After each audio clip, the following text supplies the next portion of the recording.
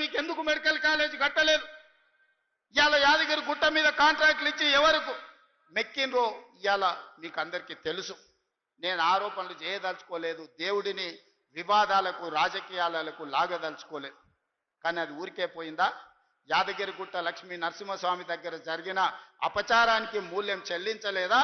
మన ప్రభుత్వం ఏర్పడ్డ నాడే బొక్కవోర్ల పడి మక్కెలు ఇరగలేదా? మీకు తెలియదా? చేసిన పాపాలు ఎక్కడికి పోవు, మన ఎంబడే వస్తూనే ఉంటాయి నీడలాక. ఇవాళ పాపాలు చేసింది కాబట్టి మీ పరిస్థితి గట్లయింది. నేను అంటలేని మాట ఆ పార్టీ నాయకురాలే అన్నారు. ఏమన్నారు మిత్రులారా? మా పార్టీలో దయ్యాలు చేరనే. సొంతింటి బిడ్డ టీఆర్ఎస్లు ఉన్నోళ్ళు దయ్యాలని చెప్తుంటే సమాధానం చెప్పలేక దయ్యాల నాయకుడు ఫామ్ హౌస్ లో నిద్రపోతుండు. నేను అడుగుతున్నది బీఆర్ఎస్ కాదు, డిఆర్ఎస్. డిఆర్ఎస్ అంటే దయ్యాల రాజ్య సమితి. అది ఇయాల అది భారత రాష్ట్ర సమితి కాదు, అది దయ్యాల రాజ్య సమితి. అందుకే ఇవాళ ఈ వేదిక మీద నుంచి తెలంగాణ ప్రజలకు నేను మాట ఇస్తున్నా, అవి దయ్యాలు కాదు, కొరివి దయ్యాలను వాళ్ళని పొలిమేర్లు దాటే వరకు తరిమి కొట్టే బాధ్యత 4 కోట్ల తెలంగాణ ప్రజల తరఫున మీ సోదరుడిగా నేను ఆ బాధ్యత తీసుకుంటా. ఖచ్చితంగా ఈ కొరివి దయ్యాలను పొలిమేర్లు దాటే వరకు తరిమి కొట్టాలి. దాంట్లో మీ సహకారం ఉండాలి. నల్గొండ బిడ్డలు ముందు బాగానే నిలబడాలి అని చెప్పి నేను మా మిత్రులకు విజ్ఞప్తి చేస్తున్నా. ఇవాళ మిత్రులారా, నేను ప్రభుత్వ ఉద్యోగుల గురించి చర్చించినాం. ప్రభుత్వ ఉద్యోగుల సమస్యల్ని పరిష్కరించాలనే ప్రయత్నం చేసినాం.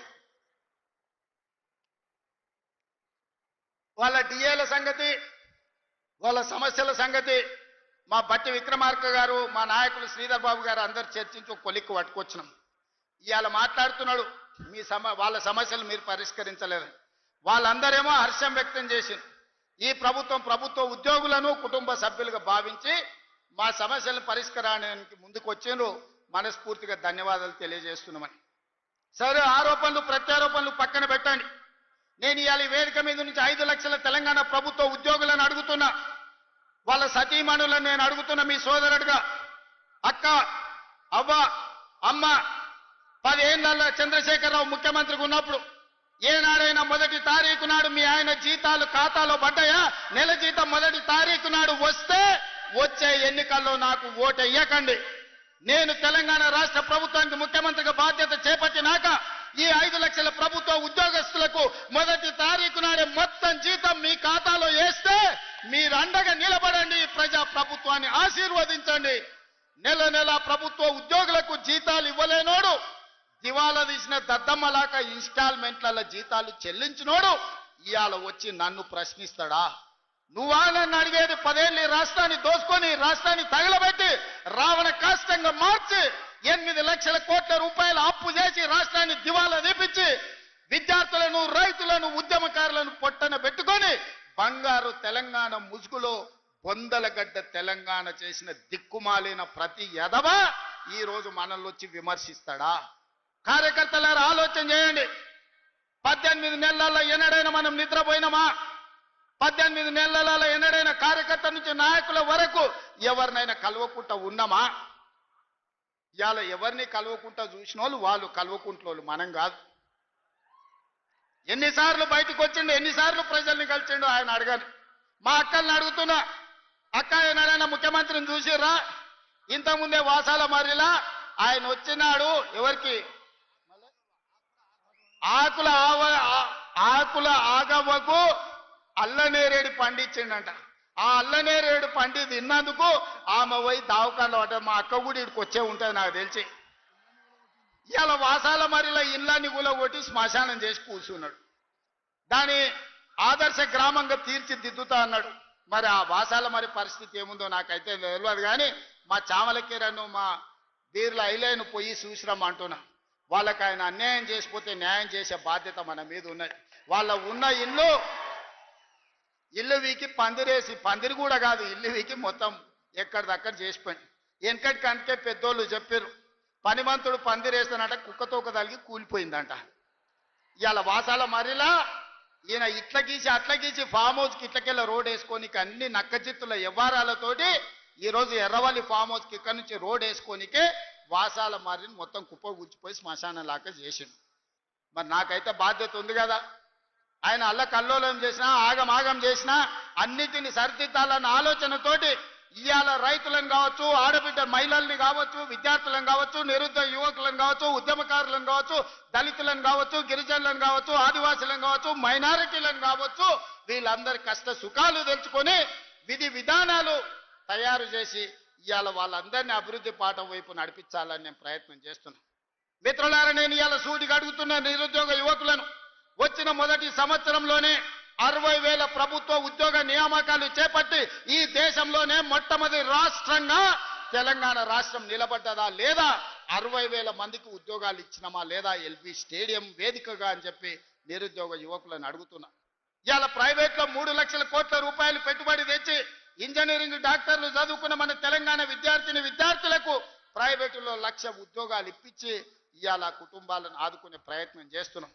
ఇవాళ మీ ప్రాంతంలో young India integrated residential school 200 కోట్ల రూపాయలతోని నిర్మించడమే కాదు, రాష్ట్రంలో 100 నియోజకవర్గాలలో 20,000 కోట్ల రూపాయలతోటి బడుగు బలహీన దళిత గిరిజన మైనారిటీ వర్గాలకు సంబంధించిన పిల్లలు ప్రతి దగ్గర 2,600 మంది కలిసి చదువుకునేటట్టు, కలిసి భోజనం చేసేటట్టు కార్పొరేట్ కాలేజీలను తలదన్నే విధంగా ఇవాళ పేదలకు విద్యను అందించడానికి మన ప్రభుత్వం ప్రణాళికలేసింది.